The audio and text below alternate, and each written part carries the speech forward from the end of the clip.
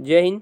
आज की क्लास में हम यत प्रत्यय को पढ़ने वाले हैं, तो बड़े ध्यान से आप इस क्लास को अटेंड कीजिएगा और बहुत इंटरेस्टिंग टॉपिक ये आपने ले रखा है। साथियों, यत प्रत्यय जो है वो अपन समझेंगे आसान भाषा में। आपको पूरा क्लास अटेंड करना है ताकि अच्छे से आपको ये समझ में आ जाए, पूरी जानकारी आपको क्लियर हो जाए। साथियों, देखते हैं हम यत प्रत्यय को कि अचो यत सूत्र, ऐसा ये एक सूत्र है जिसके माध्यम से यत प्रत्यय का विधान किया जाता है। अर्थात जिन धातुओं के अंत में अच वर्ण होते हैं वहाँ यत प्रत्यय होता है। अच वर्ण यानी कि अच कहते हैं संस्कृत भाषा में स्वरों को। जिन धातुओं के अंत में स्वर है होते हैं वहाँ पर हम यत प्रत्यय का प्रयोग करते हैं। अब हम बात करते हैं इसका जो प्रयोग है साथियों वो कैसे किया जाता है। इसका जो प्रयोग किया जाता है साथियों वो किया जाता है चाहिए अथवा योग्य अर्थ में। चाहिए अथवा योग्य अर्थ में, जैसे पीने योग्य, खाने योग्य, पढ़ने योग्य, चलने योग्य, सोने योग्य, इस प्रकार से। शेष जो बचता है, इसका शेष क्या बचता है? शेष बचता है ये कैसे बचता है? जैसे प्रत्यय है यहाँ पर यत। साथियों, यत प्रत्यय में जो तय है इसकी हलंतियम सूत्र से हो जाती है इत संज्ञा, और शेष क्या बच जाता है? यह शेष बच जाता है। तो यह इसका क्या बचता है? शेष बचता है। यह आपको ध्यान रखना है। अगला हम देखते हैं कि जो यत प्रत्यय है उसको जोड़ने के बाद धातुओं के स्वर का गुण हो जाता है। तो ये थोड़ा सा इंपॉर्टेंट फैक्ट है, आपको ये ध्यान देना है कि यत प्रत्यय जिन धातुओं में जुड़ जाता है उनके स्वर का क्या हो जाता है? गुण हो जाता है। जैसे मैं आपको बता दूं कि यहाँ पर आपको पता है यहाँ पर पा धातु है, और पा धातु में अगर आप यत प्रत्यय का प्रयोग करोगे तो इसका क्या हो जाएगा साथियों? पेयम हो जाएगा। पेयम यानी कि पीने योग्य। अगला देखते हैं कि इससे बनने वाले शब्दों के रूप तीनों ही लिंगों में चलते हैं। अभी तक हमने कितने प्रत्यय पढ़े हैं साथियों? 3 प्रत्यय हम पढ़ चुके हैं। हमने पढ़ा था इत्वा प्रत्यय, हमने पढ़ा था ल्यप प्रत्यय, और हमने पढ़ा था तुमुन प्रत्यय। कौन सा प्रत्यय साथियों? तुमुन प्रत्यय। इन तीनों ही प्रत्ययों के से जो बनने वाले जो शब्द है वो क्या थे साथियों? अव्यय थे। और जब हम यत प्रत्यय पढ़ रहे हैं तो इनमें ये जो है इनसे बनने वाले शब्द कोई अव्यय नहीं है, अतः इनका रूप जो है वो तीनों ही लिंगों में चलते हैं। तो ये आपको थोड़ा सा डिफरेंट ध्यान देना है। चलिए देखते हैं हम इनके उदाहरणों की ओर। इनके उदाहरणों की ओर हम चलते हैं।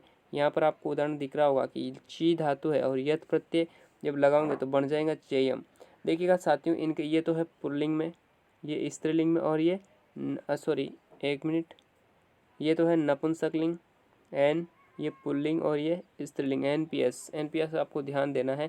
तीनों ही रूपों में इसका क्या चलता है? रूप चलता है। तो चयम, चेय और चेया, यानी कि ची धातु से चुनने योग्य या चयन करने योग्य। क्या अर्थ है इसका? चयन करने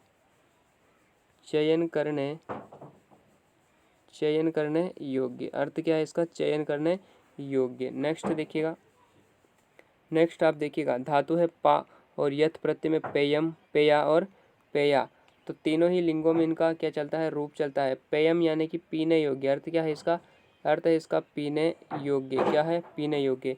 उसी प्रकार से नयम, नया, नेयम, और जयम, जया, जया। नेक्स्ट देखिएगा, श्रव्यम नपुंसकलिंग है। श्रव्य क्या है? श्रव्य पुल्लिंग, और श्रव्य क्या है? स्त्रीलिंग है। तो इसका अर्थ क्या है? सुनने योग्य। क्या अर्थ है साथियों? सुनने योग्य। अगला देखिएगा, दा धातु में यत प्रत्यय लगाओगे देयम, देय और देया, यानी कि देयम यानी कि देने के योग्य,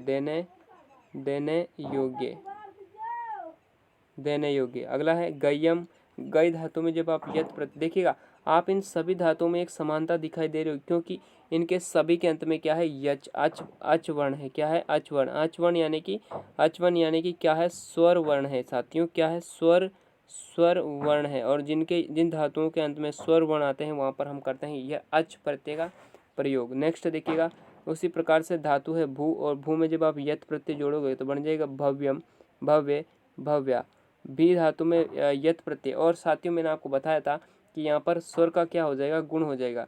तो यहाँ पर अयादि संधि, पहले गुण और गुण होकर अयादि हुई, इसलिए यहाँ पर क्या बना है? भव्यम बना है। बी धातु का अगर गुण होगा तो क्या हो जाएगा? भयम, भैया और भैया, यानी कि ऑप्शन यहाँ पर क्या हो गया? भयम, भैय और भैया।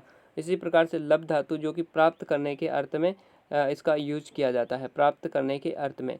तो लब धातु में जब आप यत प्रत्यय लगाओगे तो क्या बन जाएगा? लभ्यम। पुल्लिंग में बनेगा लभ्य और स्त्रीलिंग में बन जाएगा लभ्य। लभ्य यानी कि प्राप्त करने योग्य, प्राप्त करने योग्य। क्या बनेगा? प्राप्त करने के योग्य। नेक्स्ट आपको देखना है किस धातु है? शक। और शक धातु में जब आप यत प्रत्यय लगाओगे तो क्या बन जाएगा साथियों? शक्यम। शक्यम शक्य और शक्या। शक्यम शक्य और शक्य। इसका अर्थ क्या होता है? अर्थ होता है साथियों होने योग्य। क्या है? होने योग्य। अर्थ होता है इसका होने योग्य। तो आशा करता हूँ ये आपको समझ में आ रहा होगा और अपने नोटबुक में इसको नोट भी करते चलेगा, ताकि आप जब भी आपको कोई कंफ्यूज हो या फिर आपको कोई चीज़ समझ में नहीं आई तो उसको बार बार उसको आप देख सकते हो। वैसे तो ये वीडियो आपको यूट्यूब चैनल पर मिल जाएगी, प्लेलिस्ट के माध्यम से आप इसको बार बार देख सकते हो। हन धातु में आप लगाओगे यत प्रत्यय। जब हन धातु में यत प्रत्यय आपका प्रयोग लगाओगे तो बन जाएगा वध्यम, वध्य और वध्या। ये इंपॉर्टेंट है थोड़ा एग्जाम की दृष्टि से, क्योंकि देखिए धातु है हन और बन रहा है वध्य, तो वध्यम वध्य वध्या यानी कि वध करने के योग्य। क्या अर्थ होता है इसका? वध करने योग्य। अर्थ होता है वध करने योग्य। ओके साथियों, अब हम देखते हैं थोड़ा सा इसका अपवाद क्या है। इसका एक सूत्र आपको दिख रहा होगा कि पोर्दु उपदात। पोर्दु उपदात यानी कि पे वर्ग, और एक यहाँ पर आया है उपदा। और उपदा आप जानते हो उपदा आलो अंत्याद पूर्व उपदा। अगर आपने उपदा संज्ञा नहीं पढ़ी है तो मैंने डिस्क्रिप्शन में इसका लिंक दे दूंगा, आप उस क्लास को अटेंड करके आप अच्छे से उपदा संज्ञा क्या होती है अच्छे से आपको मैंने उसमें समझा रखा है, तो आप वहाँ पर जा करके इस क्लास को देख सकते हो। उपदा होती है साथियों आलो अनंतरा पूर्व उपदा, यानी कि सभी वर्णों के अंतिम वर्ण के ठीक पहले वाला वर्ण, चाहे वो अच हो या फिर हल हो, उसकी होती है उपदा संज्ञा। यह सूत्र कहता है कि अगर सूत्र पे वर्ग अंत में हो अथवा ऋस्व आकार उपदा में हो। उपदा यानी कि जैसे मैंने आपसे कहा राम, तो इसकी उपदा में क्या है? मैं है। अब मैं कैसे है? क्योंकि इसका जो अंतिम वर्ण है वो है ए, और इससे अंतिम वर्ण से ठीक पहले वर्ण की क्या होती है? उपदा संज्ञा होती है। तो यहाँ पर मैं जो है इसकी उपदा संज्ञा कह रहा है कि ऋस्व आकार उपदा में हो तो वहाँ भी यत प्रत्यय का प्रयोग होता है, जैसे लब प्लस यत। तो यहाँ पर उपदा में क्या है? ए है। उपदा में क्या है? ए है। तो यहाँ पर बन गया लभ्यम यानी कि प्राप्त करने योग्य।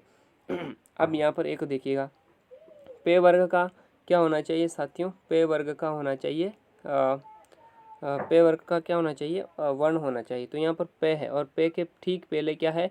आज ए ऋस्व आकार है, और यहाँ पर पे वर्ग का वर्ण है। किस वर्ग का? पे वर्ग का वर्ण यहाँ पर आपको दिख रहा है। तो हम यहाँ पर क्या लगा देंगे? यत प्रत्यय। तो क्या बन जाएगा? सप्यम बन जाएगा। तो ये थोड़ा सा सूत्र भी आपको ध्यान में देना है साथियों। ये थी आज की क्लास। उम्मीद करता हूँ ये क्लास आपको ज़रूर पसंद आई होगी। मुझे कमेंट बॉक्स में ज़रूर बता के जाना आज की क्लास आपको कैसी लगी। मिलते हैं साथियों किसी एक नेक्स्ट क्लास में और एक